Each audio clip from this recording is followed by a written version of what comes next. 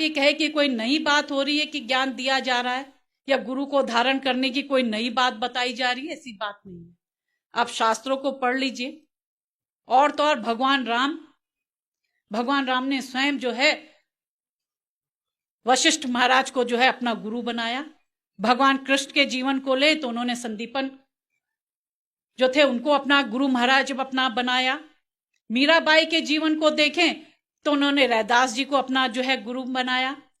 स्वामी विवेकानंद को देखें तो उन्होंने जो है रामकृष्ण परमहंस को गुरु बनाया। तो इस प्रकार हम सभी के जीवन में देखें तो जो है महान पुरुषों ने जब अपने जीवन में जब इस धराधाम में आए, उन्होंने मनुष्य तन प्राप्त किया, तो उन्होंने भी अपने जीवन में गुरु को धारण किया। फिर तो हम एक साधारण जीव हैं, तो क्या हम गुरु अपने जीवन में गुरु को धारण नहीं कर सकते? अपने कल्याण के लिए क्या हम गुरु को धारण नहीं कर सकते? क्योंकि मुझे वो कथा याद आई कि जिस प्रकार से नारद मुनि जो थे वो जो है देवलोक में जाते थे, अब भगवान विष्णु से सारी वार्ता करते थे, उनके संग उठते थे, बैठते थे, और उनको बड़ा इस बात का अभिमान भी था कि देखो मैं भगवान विष्णु के लोक में भी जाता हूं, उनसे वार्तालाप करता हूं।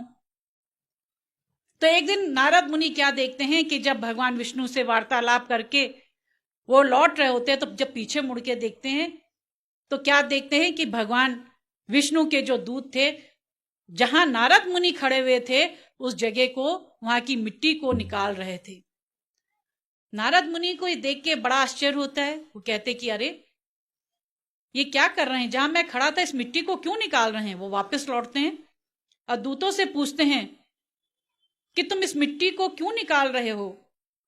तो दूत कहते हैं कि नारद मुनि, क्योंकि अभी तक आप निगुरे हो, अभी तक आपने अपने जीवन में गुरु को नहीं धारण किया हुआ है, इसलिए आपका सारा शरीर अपवित्र है, और जहां पे आप खड़े हुए वो जमीन भी अपवित्र हो जाती है। इसलिए हम जब भी आप भगवान विष्णु से मिलने आते हैं, जब लौटते हैं, तो हम उस स्थान को साफ करते हैं।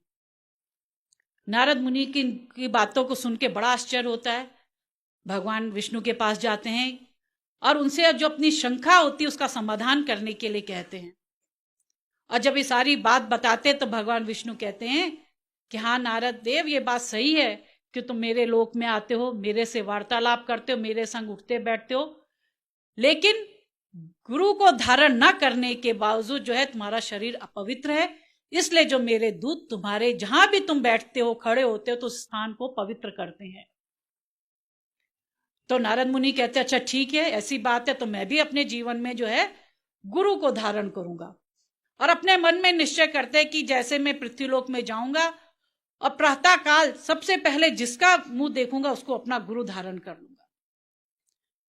सुबह अपने घर में जब उठते हैं और अपने घर से बाहर निकलते हैं तो रास्ते में एक सामने से एक मछुआरा आता है, और उन्होंने प्रण किया हुआ था कि जिस भी व्यक्ति का पहले मुंह देखूंगा उसको जो है गुरु बनाऊंगा।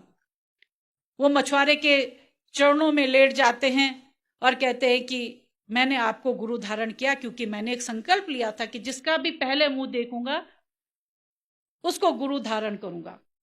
मैंने आपको गुरु धारण किया। और बड़े खुश हो जाते हैं कि मैंने तो अब गुरु बना लिया, अब मैं भगवान विष्णु को ये बात बताने जाता हूं। भगवान विष्णु के पास जाते हैं, बड़े प्रसन्न होते हैं। तो भगवान विष्णु कहते हैं कि भाई नारद, आज तो तुम बहुत प्रसन्न दिखाई दे रहे हो, कहो क्या बात है? कहते हैं हाँ विष्णु महाराज, मैं तो भगवान में बहुत आज प्रसन्न हूं क्योंकि मैंने गुरु धारण किया है।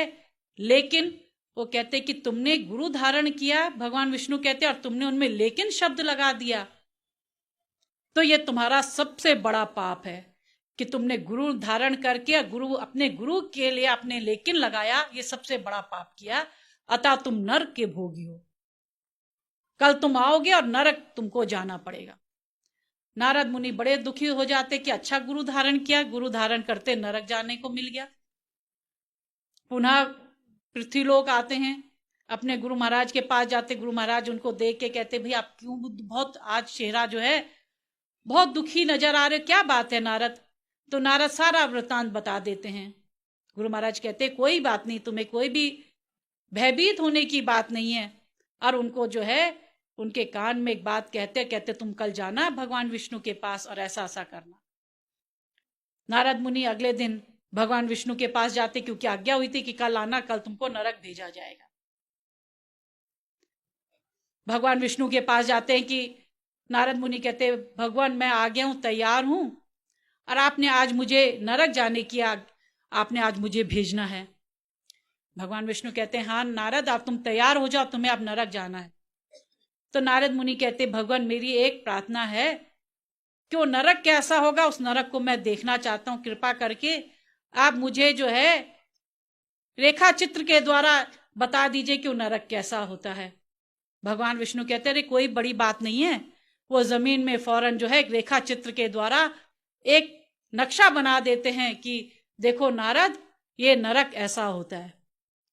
नारद मुनि जैसे ही ये सुनते हैं, वैसे तुरंत जो है उछल के उस नक्शे के ऊपर खड़े हो जाते हैं। कहते, भगवान वो नरक भी आपका बनाया हुआ है और ये नरक भी आपका बनाया हुआ है। आपने जो आज्ञा दी थी कि नरक में प्रवेश करोगे, तो मैंने नरक में प्रवेश कर लिया। तो भगवान विष्णु मुस्कुराते हैं और कहते हैं कि नारद, ये तुम्हारे दिमाग की उपज नहीं है, ये जरूर तुम्हारे गुरु महाराज ने तुमको ये सीख दी होगी। तो नारद मुनि कहते, महाराज ये बात सत्य है कि जब आपने मुझे ये सजा सुनाई तो बड़ा दुखी मन हो के मैं अपने गुरु महाराज के पास गया और उनको सारी अपनी व्यथा बताई। गुरु महाराज जी ने ही मुझे ये युक्ति बताई कि तुम ये करना और किस प्रकार से तुम जो है इस पाप से जो है तुम मुक्त हो जाओगे, नरक के जाने से तुम मुक्त हो जाओगे। तो इन दृष्टांत को बताने का यही तात्पर्य यही है कि जिस प्रकार से नारद मुनि ने अपने जीवन में जो है गुरु जब धारण किया, तो उसके बाद उनका शरीर जो है पवित्र हुआ, और उसके बाद जिस प्रकार से जब हम अपने जीवन में गुरु महाराज को धारण करते हैं, तो जीवन में आने वाली सारी विपत्तियों की, सारी कठिनाइयों की, सारी मुश्किलों की, सारे दुख का निवारण भी गुरु महाराज हमारे कर लेते हैं। हमारे जीवन में वो विपत्तियां, वो संघर्ष, वो कठिनाइयां, वो मुसीबतें जो है गुरु महाराज हमारे जीवन में नहीं आने देते। सारी विपत्तियों से हमारा जो है छुटकारा कर देते हैं।